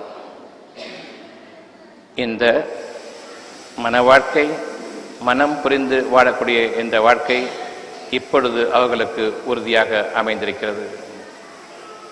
உன்னுடைய மனதையும் இறைவன் புரிந்திருக்கிறான், என்னுடைய மனதையும் இறைவன் புரிந்திருக்கிறான். ஆகவே நாம் மனதினுடைய தன்மைகளை புரிந்து கொண்டோம். இந்த மனம் புரிந்து நம்மை ஒருவர் ஏற்றுக்கொண்டோம். நமக்கு இறைவன் போதுமானவன் என்ற அடிப்படையில் இந்த இருவருடைய திருமணமும் இன்று இனிதே நிறைவு பெறுகிறது.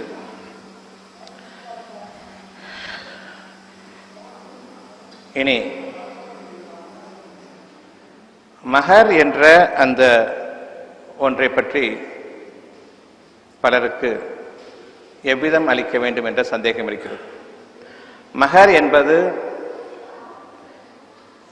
என்னுடைய மனைவிக்கு குடும்பத்தின் நிர்வாகத்தை நான் அளிக்கிறேன் என்று இப்பொழுது சத்யசீலன் அவர்கள் கொடுத்த அந்த 10,000 முடிவடையவில்லை. அவர்களின் தேவை எப்பொழுது ஏற்படுகிறதோ அப்பொழுதெல்லாம் அவர் கொடுக்க கடமைப்பட்டிருக்கிறார். அதனுடைய சக்தி என்னிடம் இருக்கிறதா? சத்தியசீலனுக்கு அந்த சக்தி இருக்கிறதா? கேட்கும் போதெல்லாம் கொடுப்பதற்கு நிச்சயமாக இருக்கிறது என்று நம்புங்கள். தேவைக்கு உரிய பாக்கியத்தை நிச்சயமாக இறைவன் அளிப்பான். தேவையில்லாததற்கு இறைவன் நிச்சயமாக அளிக்க மாட்டான். ஆகவே மனைவி தேவைக்கு தாராளமாக செலவு செய்யக்கூடியதாகும். தேவையற்றவைகளுக்கு நிச்சயமாக இறைவனுடைய பாக்கியத்திலிருந்து எந்த ஒன்றையும் அவர்கள் செலவழிப்பதில்லை என்றும் உறுதி கொள்ள வேண்டும். தேவைகளுக்கு யார் கஞ்சத்தனம் செய்கிறார்களோ அவர்களுக்கு இறைவனுடைய பாக்கியம் இல்லை. குடும்பத்தை நிர்வாகம் செய்யக்கூடிய மனைவி அதனுடைய தேவை என்னவென்றால் தேவைகளுக்கு தாராளமாக செலவு செய்வதாகும். என்னுடைய குடும்பத்தினர் நல்ல உணவு கேட்கிறார்கள், அந்த நல்ல உணவுக்காக எவ்வளவு செலவானாலும் சரி அதை கொடுத்தே ஆக வேண்டும். நேற்றுதானே இவ்வளவு செலவழித்தோம், இன்று வேண்டாம், அப்படியல்ல. ஒவ்வொரு நாளும் அவர்களுடைய வாழ்க்கை திருநாளை போன்று அமைய வேண்டும் என்று விரும்புவார்களானால்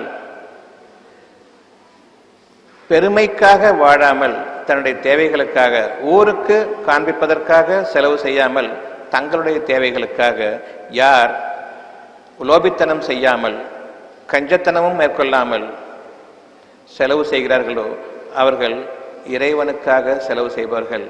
இறைவன் ஏற்படுத்திய ஒரு விருப்பத்திற்கு கண்ணியப்படுத்தி நன்றிக்கடனாக இறைவன் எவ்வளவு அளித்திருக்கிறானோ அதிலிருந்து தாராளமாக செலவு செய்வார்கள். நாளைக்கு பெருநாள் பண்டிகை, இன்னைக்கு சாப்பிடணும்னு இருக்குது, வேண்டாம் நாளைக்கு சாப்பிடுவோம். ஏன்? இன்னைக்கு சாப்பிட்டா என்ன? நாளைக்கு அந்த பணம் இல்லாமலும் போகும். நீங்கள் விரும்பும் ஒவ்வொரு நாளையும் பண்டிகையாக நீங்கள் வாழ ஆசைப்படுகிறீர்களா? அல்லது வருடத்தில் ஒரு நாள் அல்லது 2 நாள் நீங்கள் பண்டிகை கொண்டாட வேண்டும் என்று ஆசைப்படுகிறீர்களா? நல்ல உணவு சாப்பிட வேண்டும், நல்ல உடை உடுத்த வேண்டும் என்று நீங்கள் என்றென்றும் இந்த வாழ்க்கையில் வாழ ஆசைப்படுவீர்களா? வாழ்க்கையில் 2 நாள் மட்டும், ஒரு நாள் மட்டும் ஒரு பண்டிகை என்று வைத்துக்கொண்டு அன்று மட்டும் நான் வாழ்வேன், மற்ற நாளில் நான் தரித்திரம் பிடிச்சவனை போல இருப்பேன். இது 2ல் உங்களுக்கு எது வேணும்? ஒவ்வொரு நாளுமா அல்லது ஏதோ வருஷத்தில் ஒரு நாளா? எதை நீங்கள் கொண்டாட விரும்புகிறீர்கள்? ஒவ்வொரு நாளும் நான் சீரும் சிறப்புமாக வாழ வேண்டும் என்று ஆசைப்படுகிறேன். அப்படி என்றால் இந்த 2 நாட்களும் இந்த நாட்களில் மட்டும் நீங்கள் வாழுங்கள் என்று கூறுவது தரித்திரம் பிடித்த நாட்கள் தானே.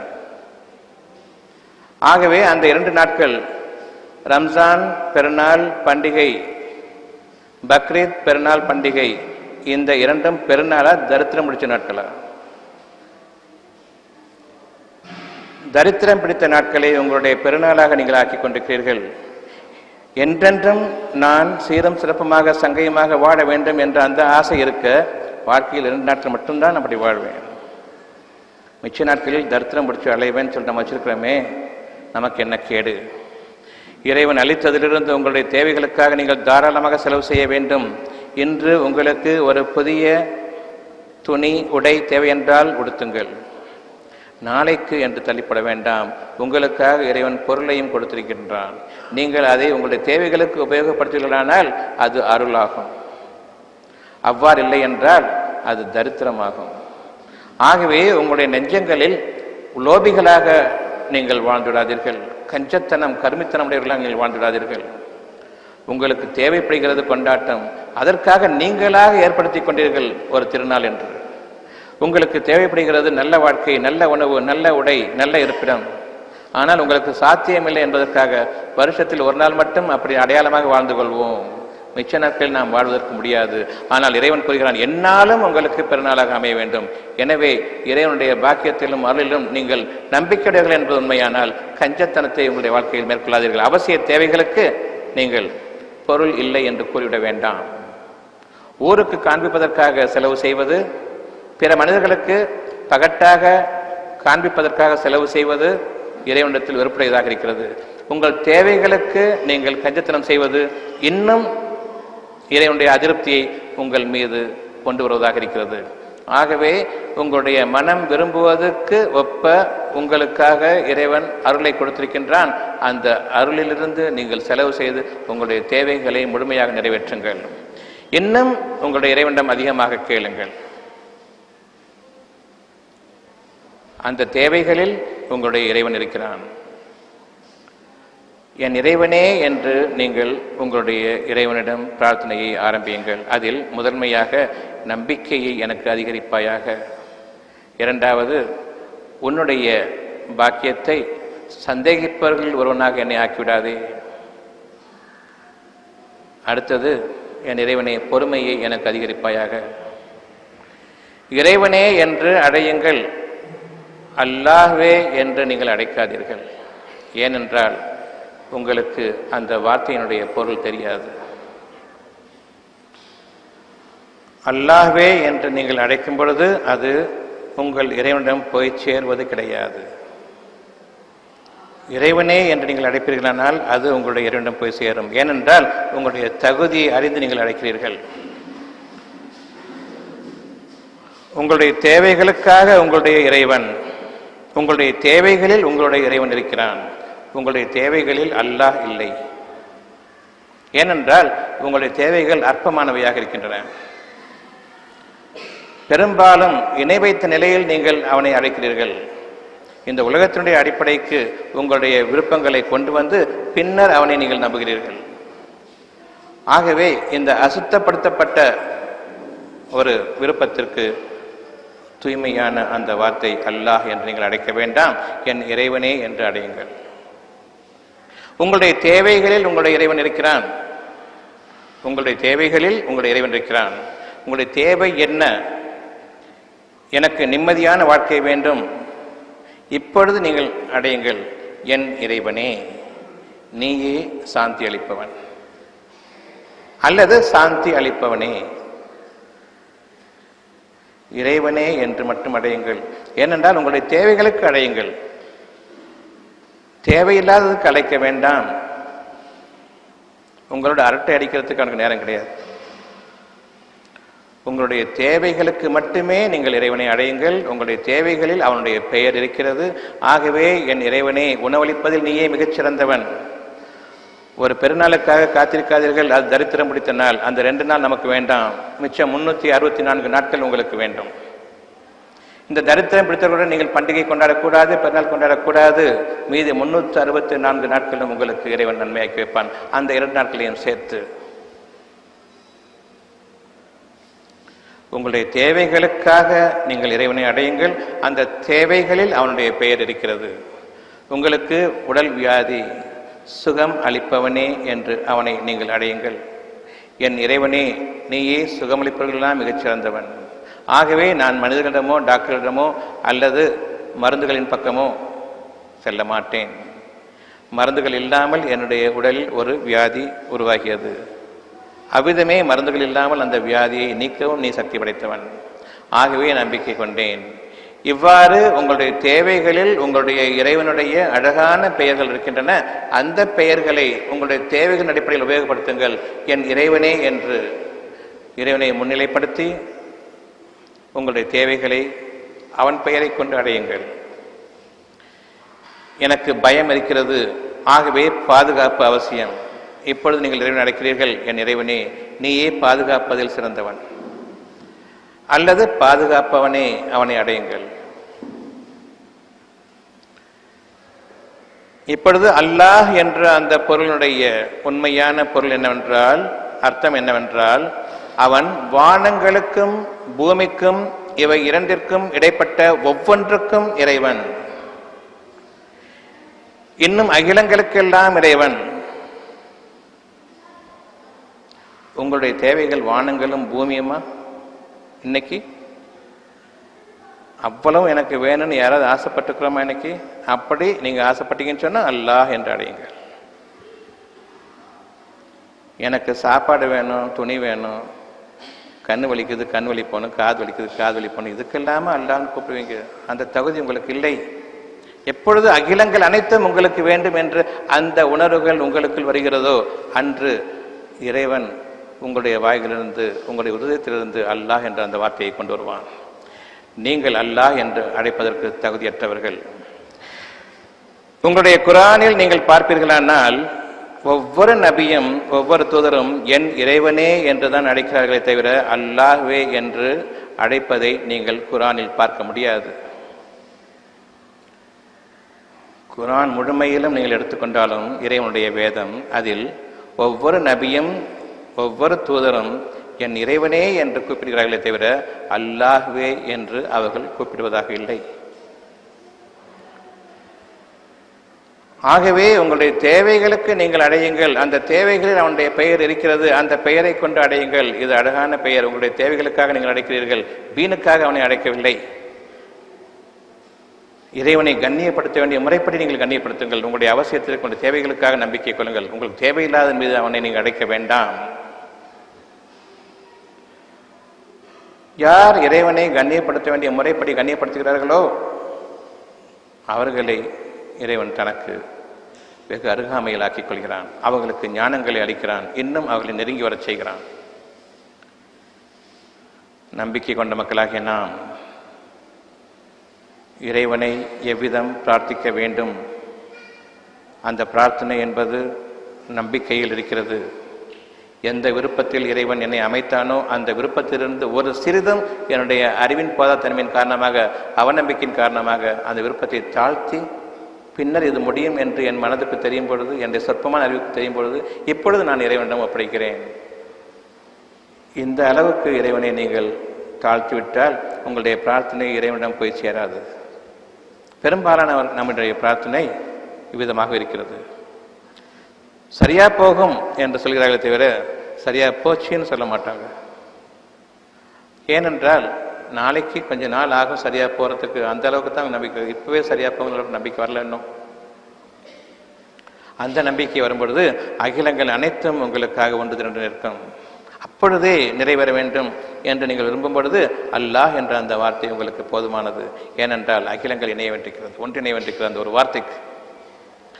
எப்பொழுது நான் நினைத்த காரியம் அப்பொழுதே நிறைவேறும் என்று நீங்கள் நினைக்கிறீர்களோ அந்த நிமிடமே கண்ணிமைக்கும் நேரத்துக்குள்ளாக எண்ணங்களுக்கும் நிறைவேறுதலுக்கும் எந்த விதமான ஒரு சிறு காலதாமதமும் இருக்கக்கூடாது என்று நம்புகிறீர்களோ அந்த நேரம் உங்களுக்கு வர இருக்கிறது.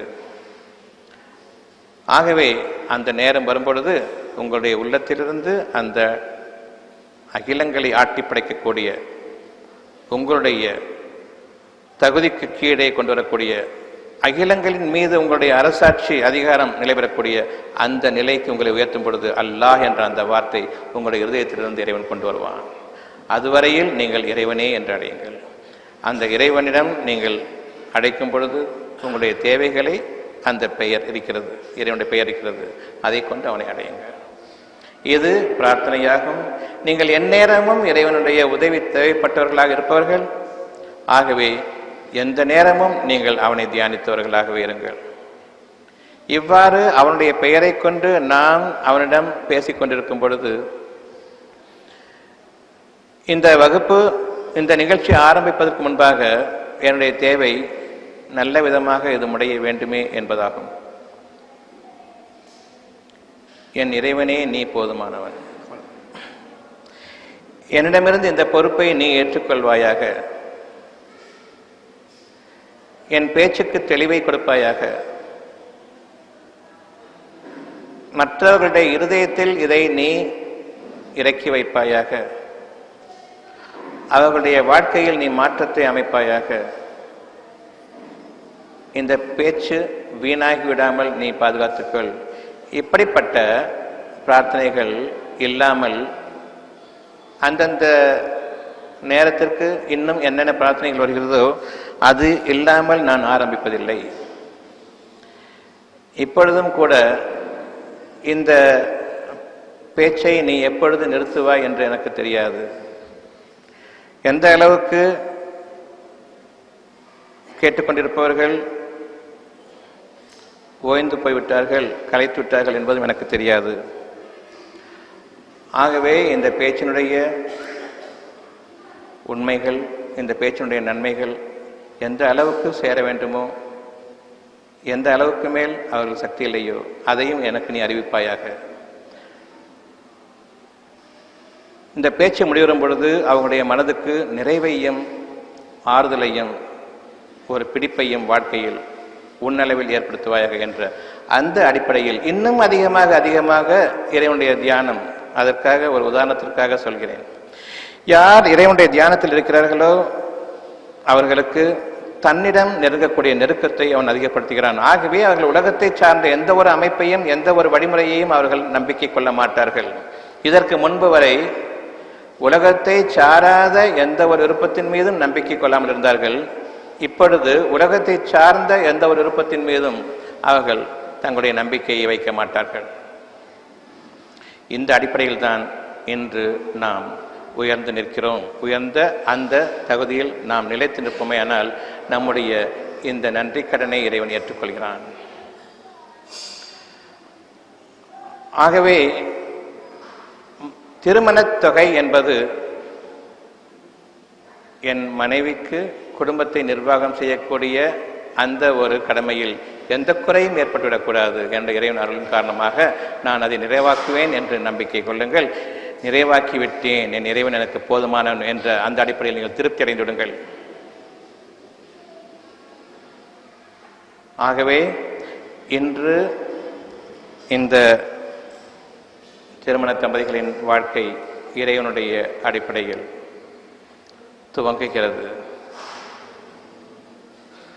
அவர்களுடைய சந்ததிகளும் தடைத்தொங்கக்கூடிய அந்த வாழ்க்கை இன்று இறைவன் அருளை கொண்டு நிறைவேறி விட்டது. என் இறைவனே, நீ இதை ஏற்றுக்கொள்வாயாக. மனிதர்களை நம்பி வாழக்கூடிய வாழ்க்கையில் எங்களை நீ அமைத்து விடாதிருப்பாயாக. நீயே எங்களுக்கு போதுமானவன் என்ற அடிப்படையில் நாம் இந்த மன வாழ்க்கையை அனைவரும் ஏற்றுக்கொண்டவர்களாக, அது அவர்கள் மீது உண்மையாக வேண்டும் என்ற அந்த பிரார்த்தனையையும் கொண்டு இந்த நிகழ்ச்சியை முடித்துக் கொள்வோம்.